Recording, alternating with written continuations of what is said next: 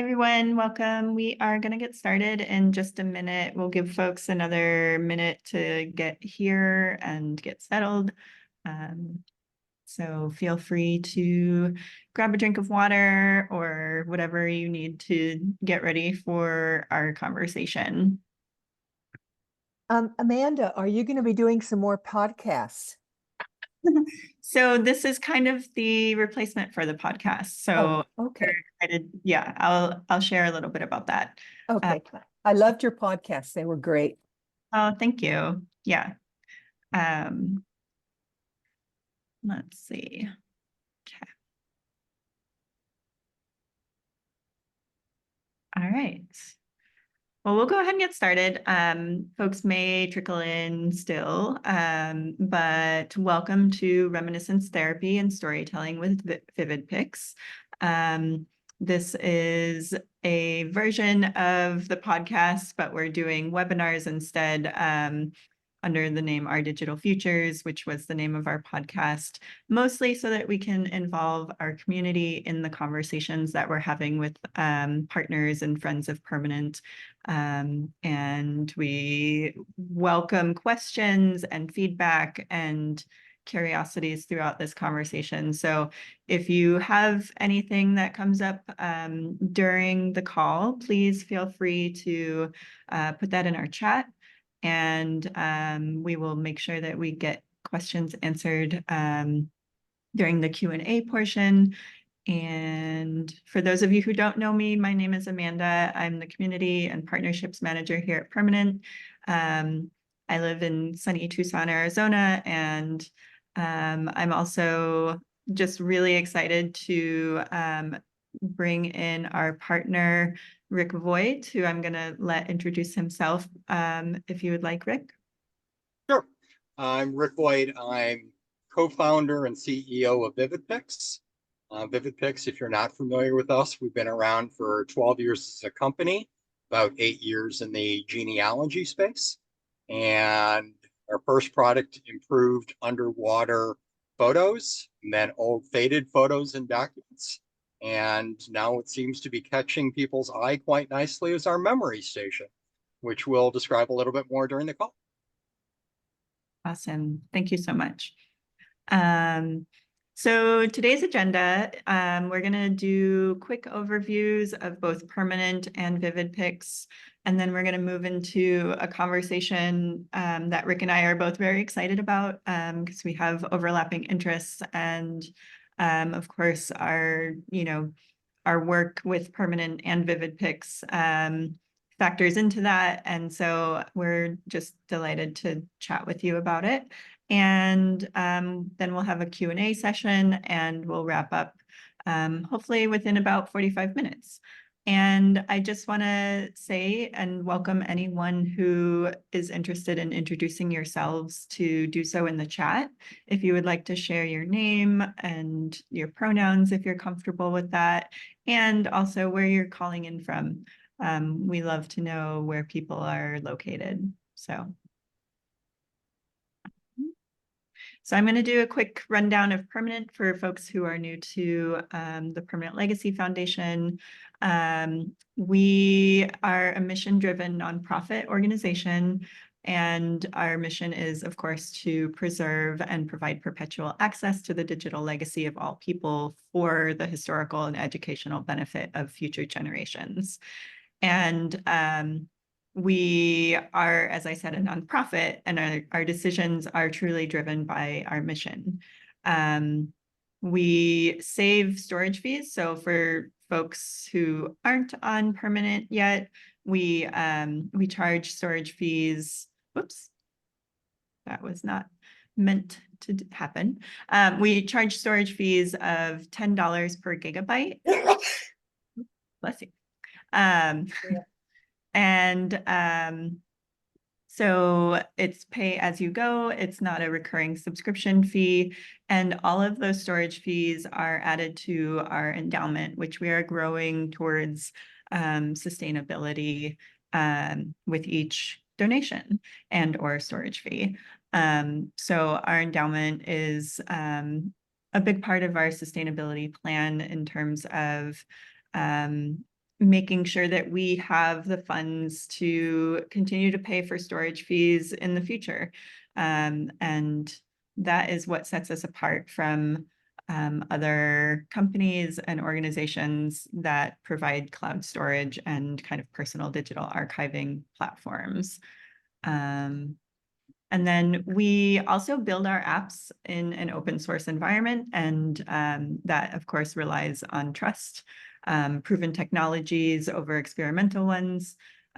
We are not using any sort of AI technology at the moment, or anything like that. We're really relying on kind of tried and true processes and technologies that have been tested in libraries, museums, and archives, for example.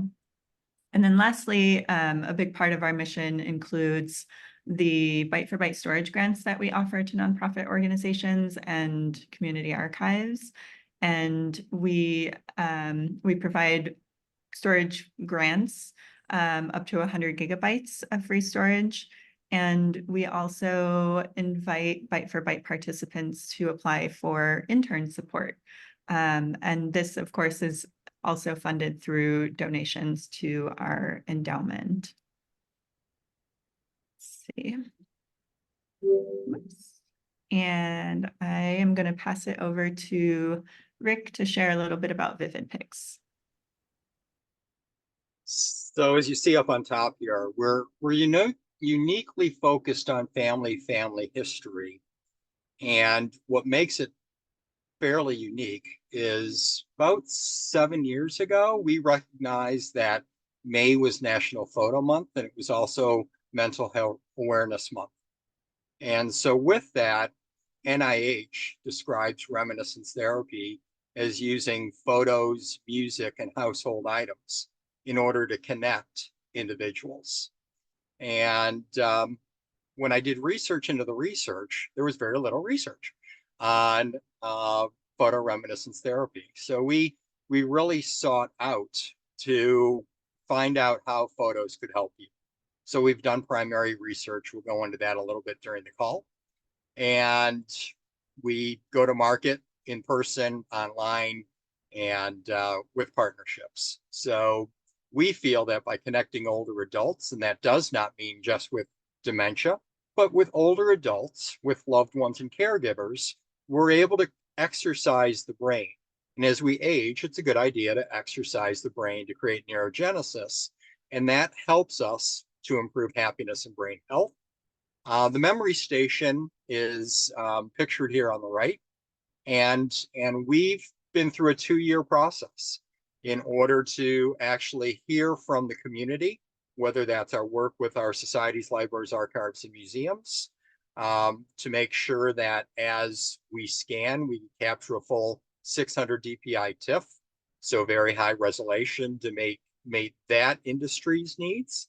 But a lot of consumers don't need to have that very large TIFF file. So we capture the highest resolution, and then we output JPEGs, which is what most people want, and has captured the last thing. We've done primary research that has been published, and we're actually about to start more research in July. Great. Thank you so much for that overview.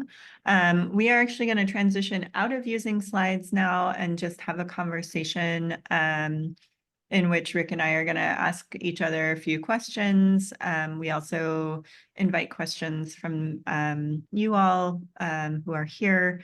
And yeah, I'm going to stop sharing my screen, and we're going to talk a little bit more about what Rick was just touching on with reminiscence therapy and storytelling. So let's see, get my questions. Whoops.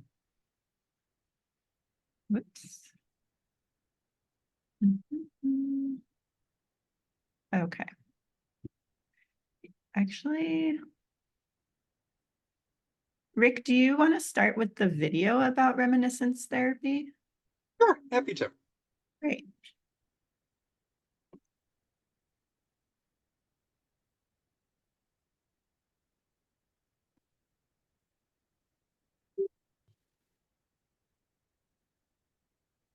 Well, before I go right into the video, so here on our website, so it's Vivid, VIVID dash or hyphen Pix, P as in Paul IX.com. Underneath our education area, where we have education on lots of different things, is the Reminiscence tab. So that's where I am right now. And here you will be able to read the full research that we did, and how the methodologies, and I'll touch on that briefly. The methodology, we did this with 4 memory care facilities outside of Orlando, Florida. And we did 5 weeks of photos. And that photo could be a landscape photo, it could be any number of things. The next 5, and we even did abstracts to see what kind of interaction did we ascertain from the individuals.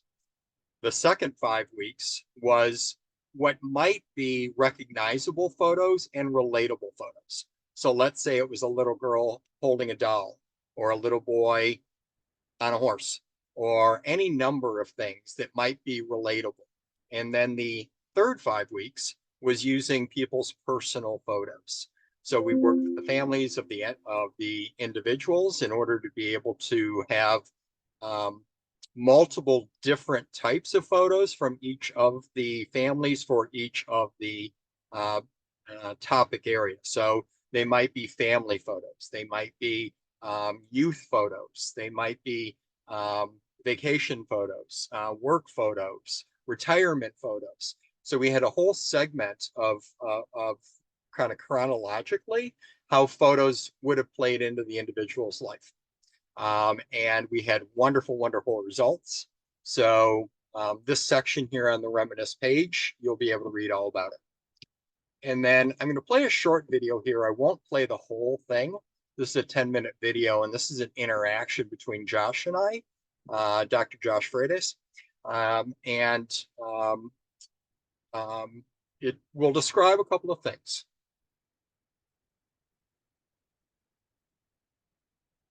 It would seem as if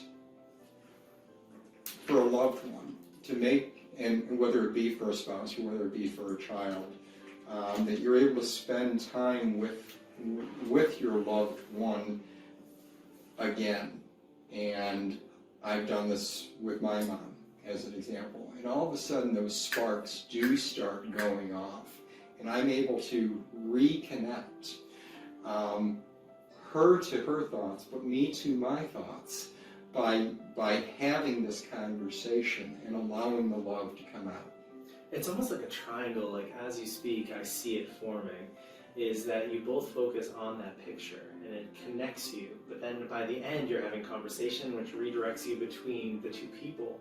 And it's almost like that memory gets relived and it's you and that person, but you're using that modality of a photo to reconnect and bring that person back to life so you can relive those moments, even just socially, where you get a piece of your mom back for that.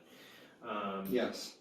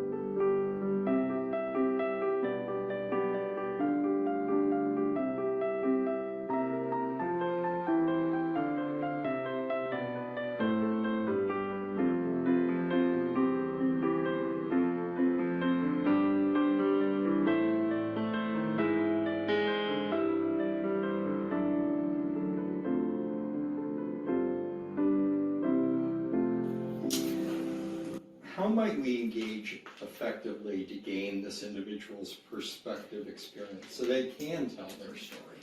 Totally. I would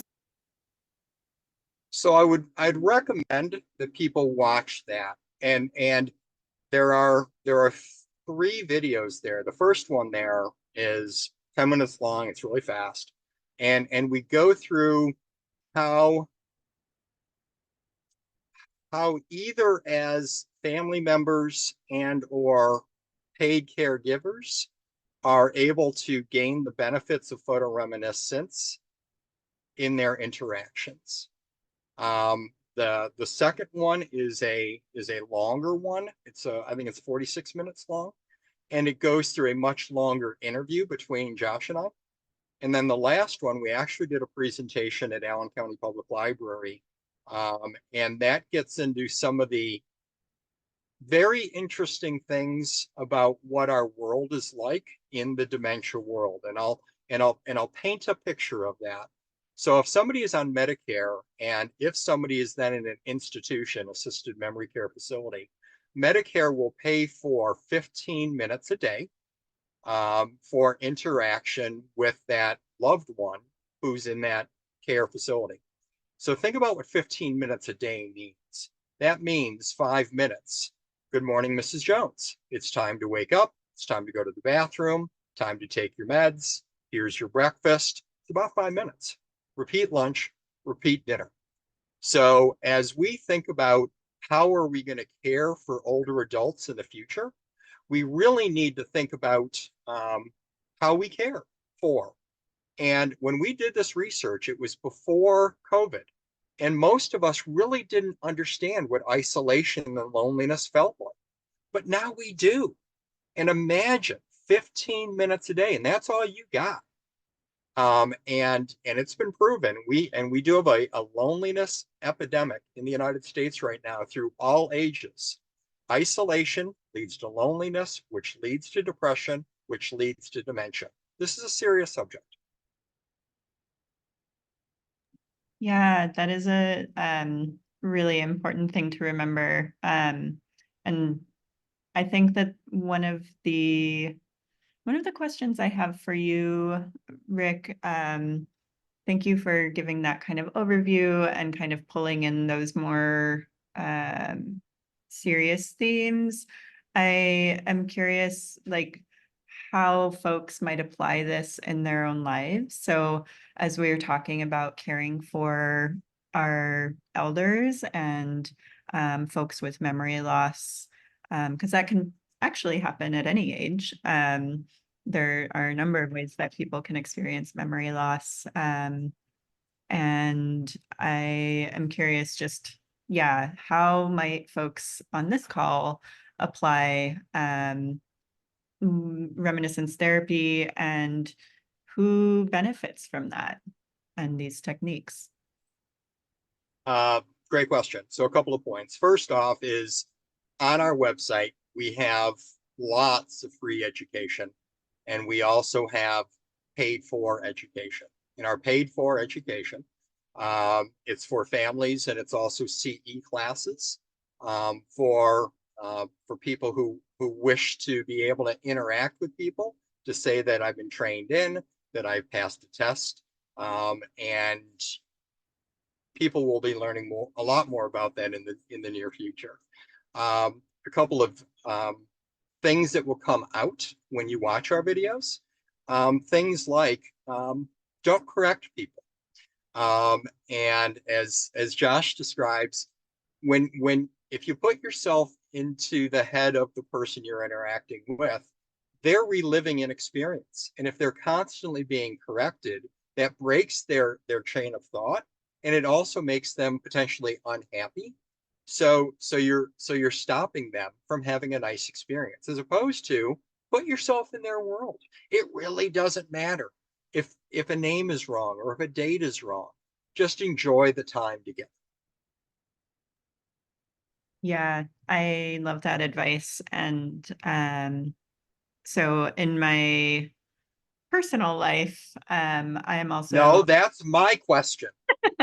Well, I just wanted to say I have seen the effects of that, of just, yeah, rolling with people as they are experiencing something, as opposed to correcting them when they are misremembering something, or when they're, yeah, getting the details mixed up. So Well, yeah. and I played with Amanda a little bit there. So obviously we want to make sure this is interactive and enjoyable for y'all. And so Amanda and I, we met each other a couple of months ago. And um, as we got to know each other, there was this kindred spirit feeling, at least I have felt. And part of that is because you personally volunteer in some wonderful ways. Please share that with others. Yeah, thank you. Um, so I am an end of life or death doula. And so that definitely informs my work here at Permanent. But in my personal life, I also, as Rick said, I volunteer. I work with people in my community. I work with people I'm close to and connected to, as well as strangers who are navigating end of life things, including in the past, like memory loss. And so working with folks um, and families and caregivers who really need support in just being present with their loved ones as they're experiencing memory loss. And I have also experienced that personally with my own grandfather. And so I know, you know, like Rick said earlier, music, photos, things that they experienced earlier in life that are more concrete, solidified memories, as opposed to as you age, the memories that really stick around are the ones that are older. And there's also proof that, even the music we listen to as youths tends to stick with us in a different way because of our developmental stages than later in life. So, one of the most caring things you can do for yourself and or a loved one is create a time capsule for them, which becomes a thing that you can go back to and relive and use and find. It's just a really beautiful way to connect them with their memories and connect with them as a human. Because yeah, one of the hardest things about memory loss is feeling like and I think people with memory loss feel this too, like they're losing themselves. Or for family members, like you're losing your loved ones slowly. Um, and so this is a way to really tap into the ways that they are still absolutely themselves. And Anne asked a question about what could go into the time capsule. That's an excellent question. Definitely photos from every period of their life. Definitely music that they loved or that was popular during different periods of their life. And like I said, like during their youth, during their teenage years, early 20s, etc., and so on. So anything that they loved, and that can also include like food. Basically anything that appeals to the senses is really powerful in memory work.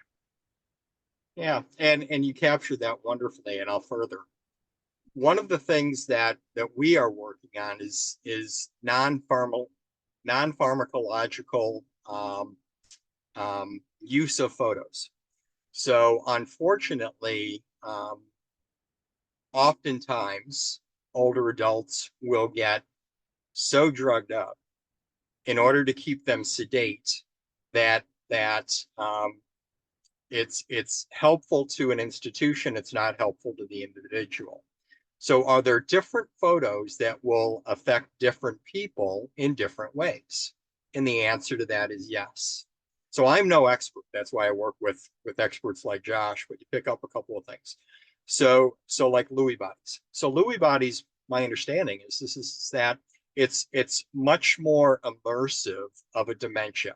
So that if somebody is watching, say, a TV program and there's a fire on TV, that can have an effect of the person thinking that they're going through a fire, and they will become very concerned. So as you're doing photo reminiscence therapy, understanding that different photos could have a different effect on different people. That said, don't think that a single time having a single photo used, that's an absolute. So, and what might that mean? So think about yourself. As we get nostalgic, as we reminisce and look at our images, we'll have different reaction depending on our mood of the time. So go through them a couple of times, especially if in fact you think it might be helpful. Yeah, that's really good advice. Uh, is there any other advice you would give someone who is interested in using reminiscence therapy to improve their or someone else's life? Well, I'll transition a little bit. So a friend of mine in the genealogy community, she describes that as any responsible genealogist, it's up to us to be able to capture our own stories so that future generations don't have to search in order to find out who we are, right? So as you interact, whether the person has cognitive decline or not, we want to make sure that those stories are captured. So and think about the technology hurdles that some individuals may have and help that person through a technology hurdle. So that's why we developed our memory station the way that we did, with big buttons, very easy to use, and the like. And use the prompts. And again, we've got free education as well as other education in order to be able to help the person through the stories. So for those of you who know me, I drive around a bunch. So I happen to be sitting in a converted van and happen to be in New York, happen to have just got through spending on Monday my mom's 93rd birthday. I visit her every year for her birthday. And um, as I have been touring the United States for the last 4.5 months, um, uh, I'm watching people use the memory station in such a way that is similar to the way that we took pictures in the past. So Amanda may not remember this, but many of us do. We used to have this thing called film. And film actually, we used to take 6.7 rolls of film of 24 exposures per year. And we would have this roll of film that would be used at Thanksgiving, during the holidays, a graduation, and we'd burn about 4 to 5 rolls of film that way. But then we'd have, and I did not carry one, but moms were the chief memory and continue to be the chief memory officers of families. So she would keep her camera, not her phone, in her purse, and she'd be able to take pictures. And she would take 1 to 6 photos, tending more 1 to 4 photos at different events. So when you're thinking about stories, think about how those pictures were taken. So so you don't need to digitize everything at one time in order to get everything done, because at that point you've turned an analog mess into a digital mess, and you've actually not captured the stories.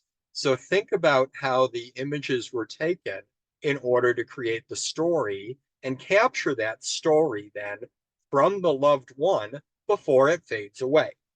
So tying it all the way back, use photos in the right way, in a way that will be helpful, in a way that will be helpful. Yeah, that's and that of course is really tied to kind of this family model, right? And so Nancy has a really good question that I want to kind of insert here because I think it fits with what you were just talking about, Rick. But she asked, what about using this with solo agers? So over 12 million, 55 plus in the United States. Do you have a specific approach with this community? And my guess is that this is, part of how memory stations and working with libraries, museums, and archives can really support our solo agers and folks who maybe don't have caregivers and family who are able to help them with this or able to provide this kind of care and support. Absolutely. I think it's a wonderful question. So isolation leads to loneliness. So are there ways that you're able to enjoy your times together? And so at that point, absolutely, pull up a photo album, relive memories. We're connected in many different ways. Social media doesn't always have to be bad. What is Throwback Thursday all about? Well, it's about bringing forth these wonderful memories in order to create connection, the positiveness of the internet, in order to connect with friends and family. So a solo ager at that point is able to use technology, is able to use photos in order to create friendships.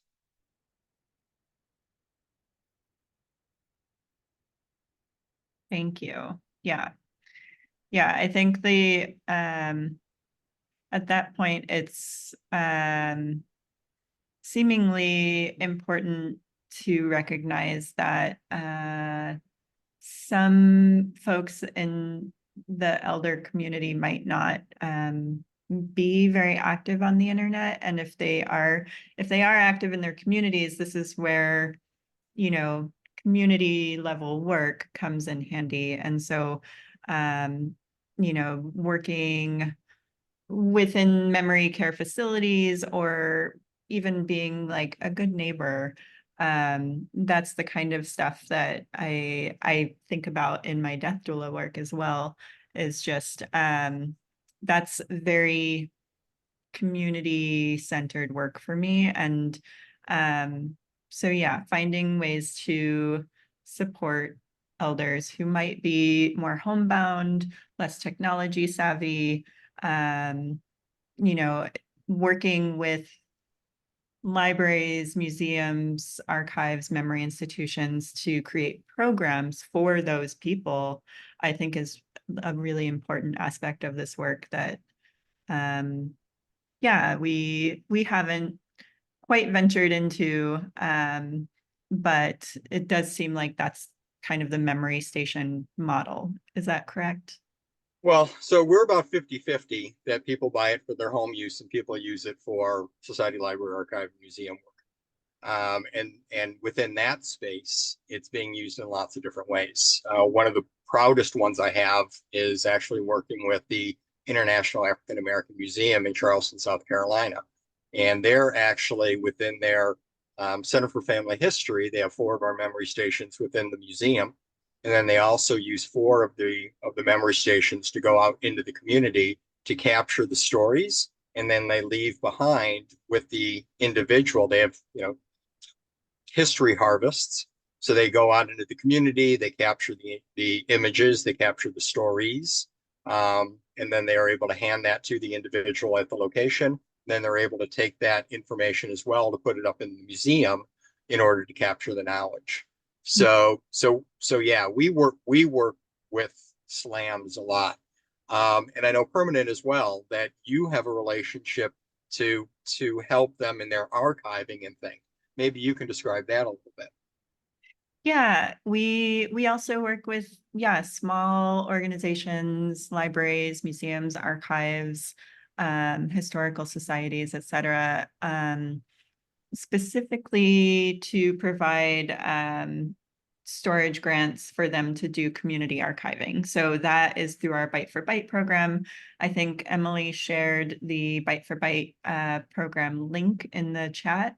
So that is a really just a very low barrier program for folks to apply to if they're doing any kind of community archiving.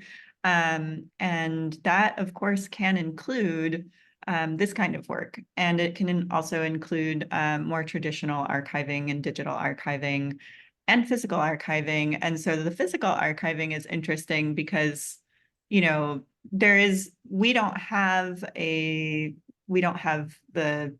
equipment to provide folks with scanners and such. So that's where I see a nice kind of collaborative relationship between Vivid-Pix and permanent in terms of you all provide these memory stations and scanners and I should say high quality scanners and education around things that we don't necessarily provide as part of our Byte for Byte program, but we do provide storage grants for permanent.org, which is, of course, our personal digital archiving platform.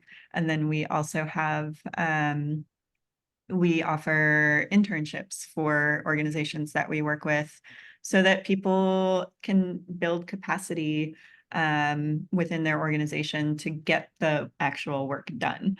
Because sometimes that's also a pretty big barrier for smaller institutions and organizations.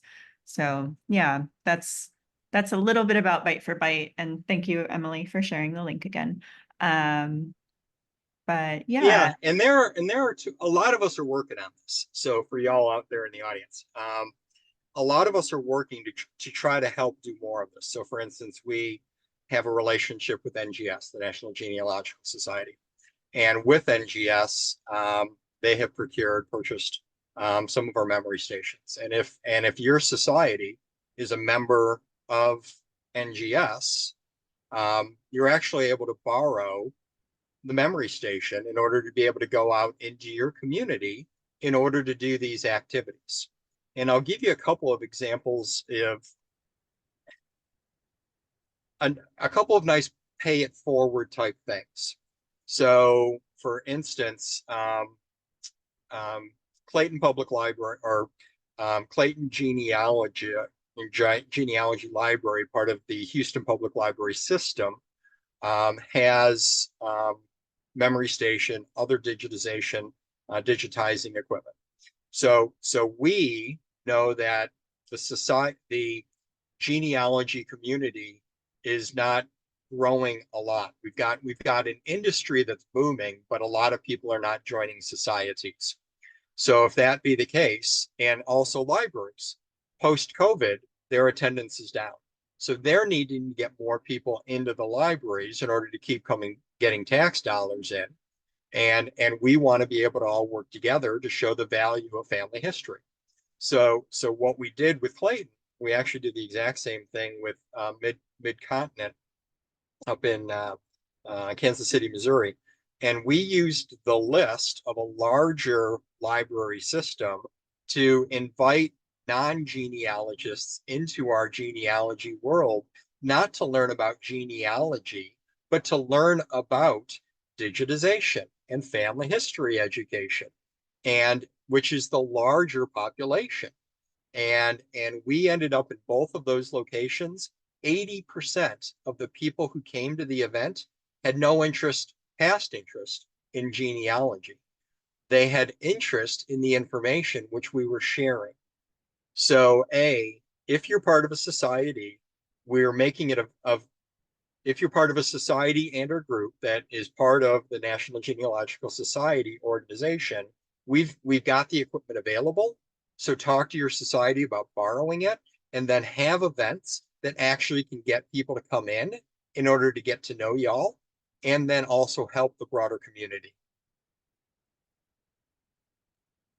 That is, yeah, I love that call to action, because I think one of the things that even folks who aren't part of an organization, a library, a society, etc., if you're just a community member who wants to do this, these libraries and archives and historical societies and such love volunteers and like love people who are motivated to help with these efforts, because yeah, essentially like we are part of like a pretty big ecosystem of folks who are doing this work, and it's really important to remember that we're not doing it alone. We can't do it alone, and we really need each other to kind of make sure that our stories are preserved for the future, and that as we age, we are well taken care of, and our brain health is considered. All of these things are really community efforts and require many hands and many caring individuals. So, yeah. Absolutely. So I have one more question, and then we'll open it up for folks if there are any other questions. So start percolating now if you're wanting to ask any questions, and put them in the chat. But so you've talked a little bit about the memory station and some of the educational opportunities on Vivid-Pix. What role does Vivid-Pix play in helping people tell their stories? Like, how do you describe that role? Yeah, what makes you most proud of the role that Vivid-Pix plays, actually? It's a nice question. So I shared the I am. That's a perfect opportunity for us to make sure we're capturing stories. I spoke at the National Press Club in Washington, D.C. in December about the collaboration of NGS and Vivid-Pix to the health community.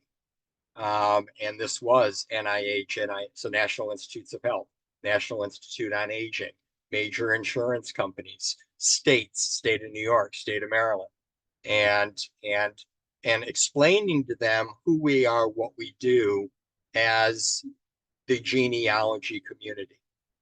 And that's pretty cool. And then the flip side of that is when I speak with the genealogical community, or the family history community, to explain some of the health reasons why we want to be involved in family history.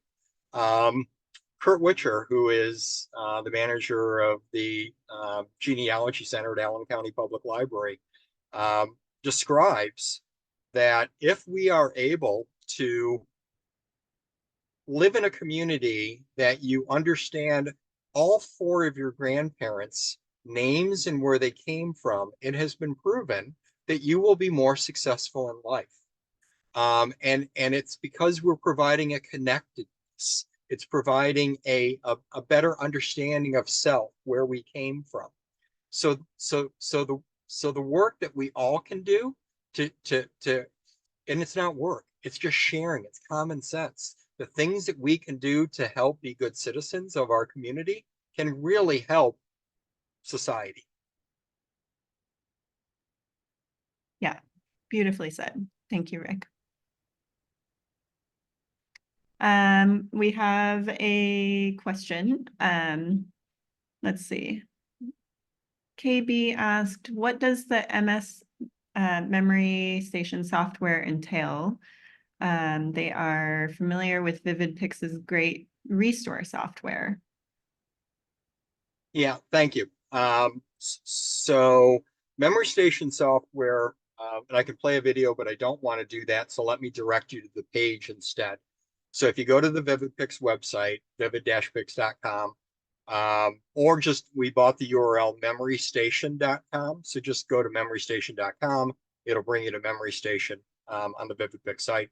And there's a short 3.5-minute video, and what it entails is the ability to scan or import from hard drives or full medias, to then to be able to import those automatically into Restore to Fix, then to be able to record a voice memory that gets attached to those visual memories, whether it be a photo, a document, an object.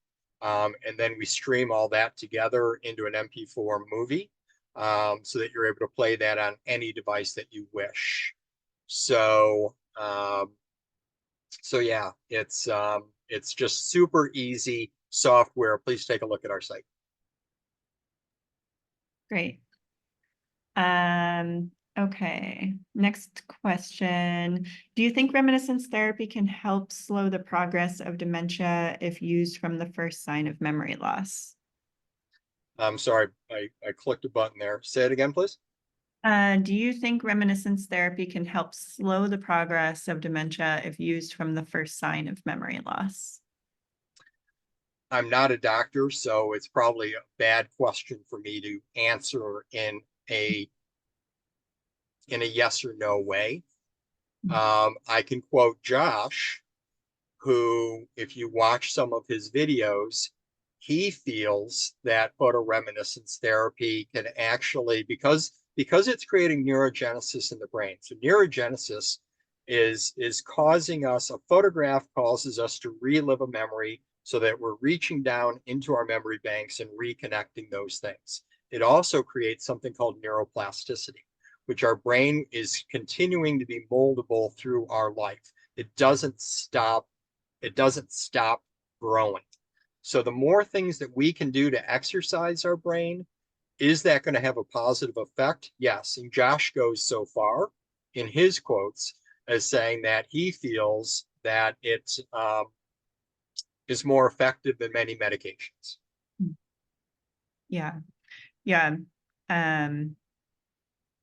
I think that, yeah, there are likely studies that do investigate that in some way, but I think my feeling on it is that it certainly can't hurt. And it likely has numerous positive impacts that, yeah, I we don't have like the expert opinion on it, right? exactly. I saw a question come up having to do with your doula role. So what was that? Oh, Nancy said, as an end-of-life doula and legacy coach, genealogy is the last step we ever take with a client. Our major focus is on the client's story, legacy, not genealogy. So his story.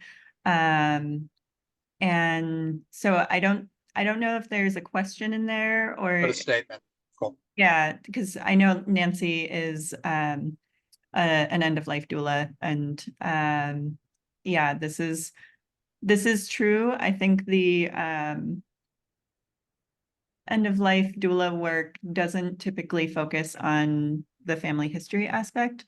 So this is an interesting question, or like little thought bubble, because I have my perspective as an end-of-life doula as well, which does focus on kind of an individual's legacy and creating legacy projects with folks. And I came into permanent and was met with folks who are really invested in family history and genealogy. And then we also have a digital archivist on our team. And we have folks who are working on their family history as it's happening. They're capturing things from their young children's lives. So I really love that our team is made up of people who have a wide variety of interests in this work from very different perspectives, because I think it does touch on all of these areas and all of these like ways of preserving legacy and stories and empowering people to tell their own stories in particular. So yeah, I think that's a great point. And thank you for raising it, Nancy. And then let's see, we have a question from Emily. Can you send a link to the study on reminiscence therapy that was conducted? And she is asking if this is an independent research or research sponsored by Vivid-Pix. It was not sponsored by Vivid-Pix. We're a part of it. And it was reviewed, it was published. So I will drop that in Thank you. to the chat. And then I think we have time for one more question. And so I'm gonna ask Anne's question, which let me know when you're ready, Rick, because it's another one. Okay. What kind of financial resources would you recommend to help small groups or organizations invest in a memory station? First off, it's pretty reasonably priced. Memory station, which includes the scanner and memory station software, is $800. And then the image stabilizer is, which is a museum grade acrylic to lay down on photos, documents to flatten them so you get a better scan. So for less than $1,000. The resources can be done many ways. So for instance, friends of various libraries, the societies are buying the equipment to put them into the library so that the individual members of societies are able to use it in a physical location. So wonderful collaboration going on between those two entities. And using it as a fundraiser. I know of historical societies that for historical society members, they can come, they can sign up, they can use the equipment for a half an hour, and there's no charge. They're using it as a fundraiser for non-members to be able to come in and pay for use of time. And that little point there, because a lot of people don't fully understand, and I'm not an accountant, I'm not a doctor, I didn't sleep at Holiday Inn last night, but the way that nonprofits are able to raise money, a lot of people don't understand. So what does that mean? Is that a for-profit company technically is in the business to make a profit. A not-for-profit company has a mission. They've been able to prove to the government, to the IRS, that they have a broader mission. That doesn't mean that they can't fundraise. Red Cross, Permanent, Girl Scouts. So as long as their primary mission is not profit, you can do lots of different things in order to fundraise. So use the equipment then for fundraising as well. Yeah. Yeah. And there are also like small grants that people can apply for that support this kind of work as well. I highly recommend looking into community, like local grants specifically for this kind of work.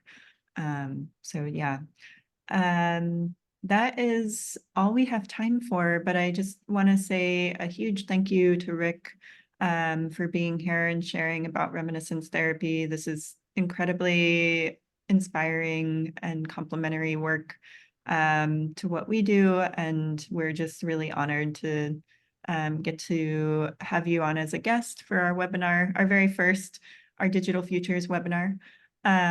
So thank you so much, Rick. Man, it's my pleasure. Thank you for having me. You guys are doing wonderful work. And thank you for all for attending it. It's always a pleasure chatting.